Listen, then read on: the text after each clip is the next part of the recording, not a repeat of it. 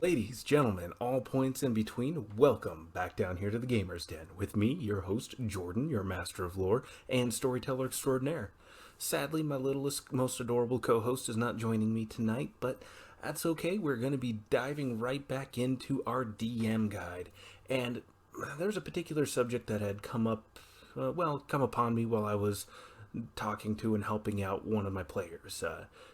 And it's the idea that came to me was this notion of themes, thematic elements that come up in storytelling, whether it's books, videos, TV shows, video games, or even tabletop games. There are going to be themes that crop up and are built into gameplay, and not only that, but there are some that will just originate organically and come about from gameplay over the course of play. Now, some of the things that come in prepackaged are usually things of good versus evil, law versus chaos, things like this. These are pretty common, almost even trope-like elements that come up in tabletop gaming, but really there's nothing wrong with that. These elements are a staple for a reason, and any any theme, anything that's built like this into storytelling done right can just make for a magnificent story. But it does hinge upon being aware of these themes and how you're utilizing them and making sure that you're utilizing them consistently. Entire adventures, story arcs, or campaigns can take place using these themes, and the story arc will be contained within the themes in and of themselves. Um, and now, I wanted to give you an example, though, of an element that has come up, and this is why the this idea came to me when I was helping my player. It's in my steampunk fantasy custom world that I've been building and working on, and his character is half wild elf, half high elf, so technically still full elf, but he has adopted more his father's culture, the wild elven culture, the plains running elves, and he's the all the characters are hitting upon level 5, and this is about the time when his character would be hitting this coming of age warrior ceremony where he's already a warrior, but he's choosing a particular path that he's more adept at, and it's something that's symbolically recognized within the culture, and is something that's honored and has this whole ritual behind it. And this is what he wanted me to help him develop. But part of what we were developing was this idea of totem spirits, these spirit animals that guide them and exist, travel with, learn, and guide, and develop the person that they're attached to. And he wanted to have the wise old fox and his father's totem animal to have been the wise old fox as well.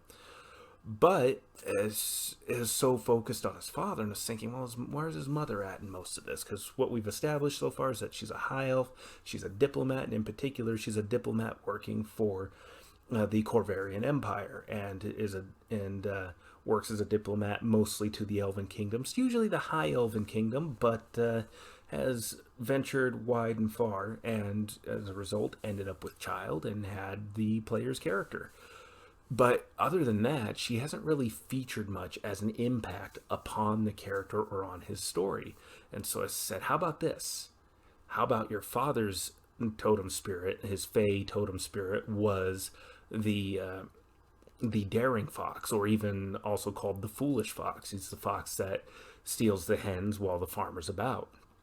Whereas the wise old fox waits till nighttime to steal the whole hen house while the farmer sleeps.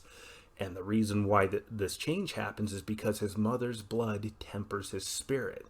Not that the wild elves aren't known for their thought, but it's just in particular his father, very daring, very bold warrior, very still a cunning warrior, but speedy, rash actions tend to define him. Now he will often do the unexpected, but yada yada. You get the idea.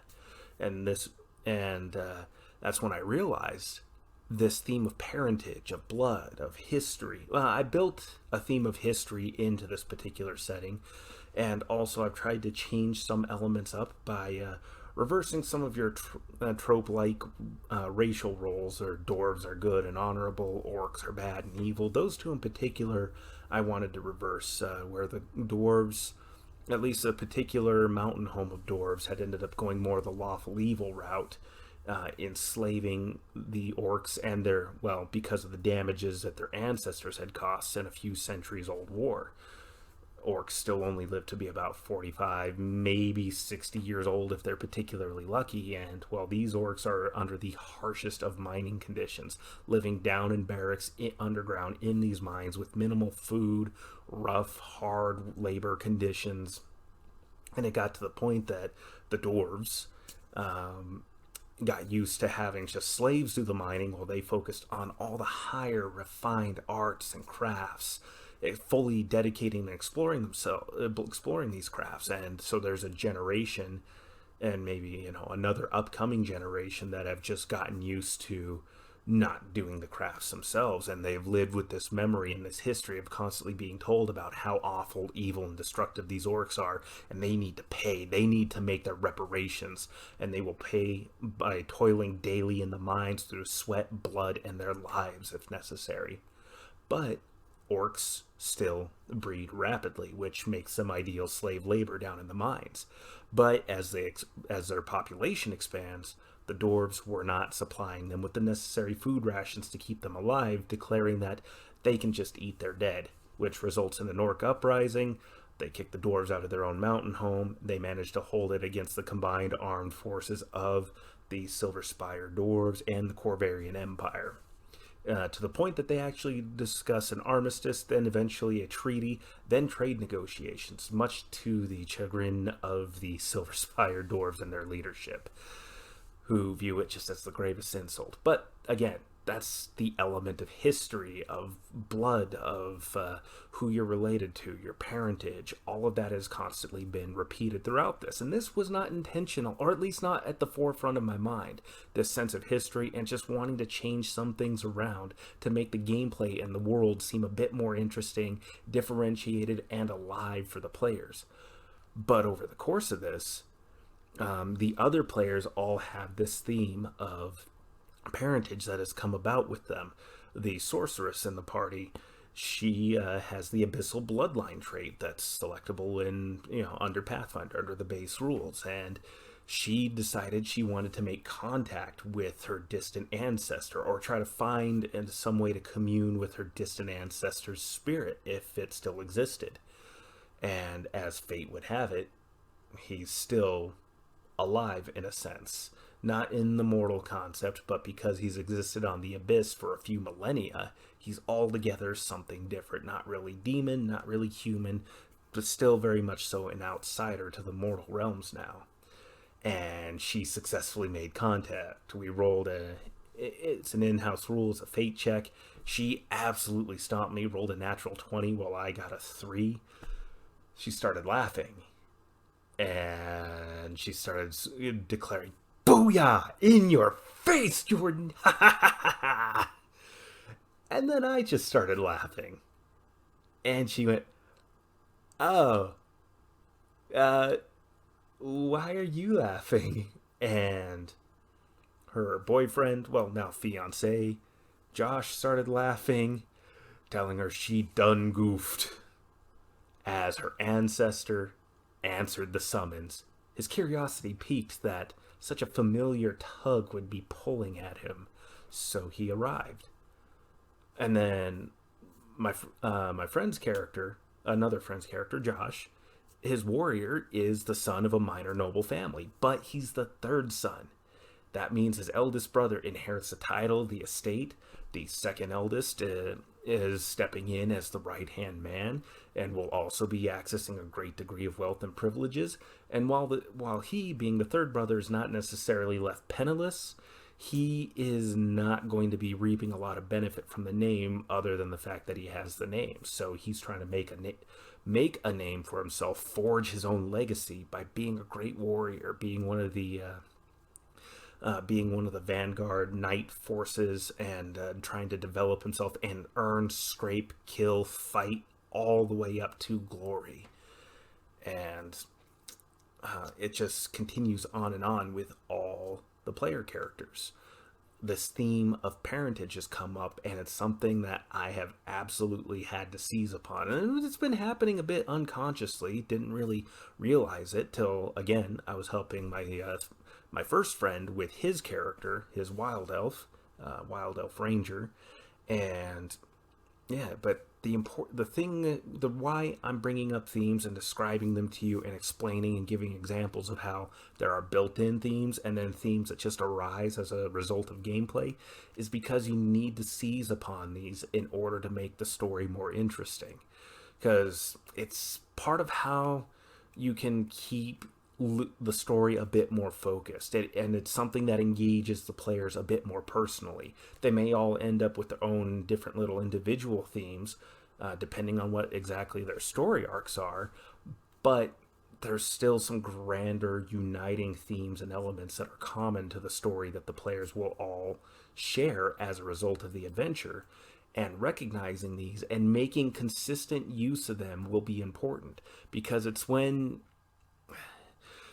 you get into stories of good versus evil and all of a sudden it just takes this random dramatic shift over to something else, it's jarring. It feels forced. It doesn't feel organic to the story when they're confronting this evil empire, and then they just jump over and start dealing with other major themes that incorporate other story. Essentially, it means when you leave one major story unfinished, or even a personal story that's important to the player, and it just gets left unfinished apropos of nothing, or comes into direct conflict with something else where, like, for example, the paladin's on this path of righteousness and good, and then he heads up a gambling ring for no particular reason. It's just that sudden story jump and shift there. Just, it feels wrong. There's nothing to justify it, to earn it. And it's got to be built in slowly with using these themes and these character arcs and this growth and development with the characters. And it's accomplished by recognizing these various themes that crop up with the story elements and making consistent, reliable use of them and seeing them from start to finish. Now, that said, there's nothing wrong with dropping a story that just doesn't particularly work. You just need to find a way to just kind of just tie it off nice and neat. And certainly talk it over with the player, because as another example, another friend who is an on again, off again player, just due to work schedule, his first character in my campaign just wasn't really jiving for him. It was fun, but it felt forced for him. I didn't personally detect anything off. It's my first time really gaming with him in any way, shape, or form. But, he just came to me and talked to me and told me he just really wasn't having fun and was hoping to retire the character somehow and bring in a new one. And, well, I said, okay, we will need to tie it off somehow.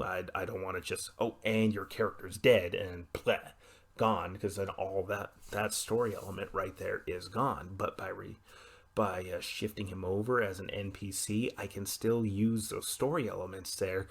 They won't directly involve the party anymore, unless, won't as consistently, regularly involve the party directly. They can still crop up from time to time, and we can still eventually see resolution to that newly made NPC's owned particular story arc, but it's no longer the focus, and that's one way of dealing with of neatly tying off, or at least putting a nice easy pause to a story that just really wasn't quite working out.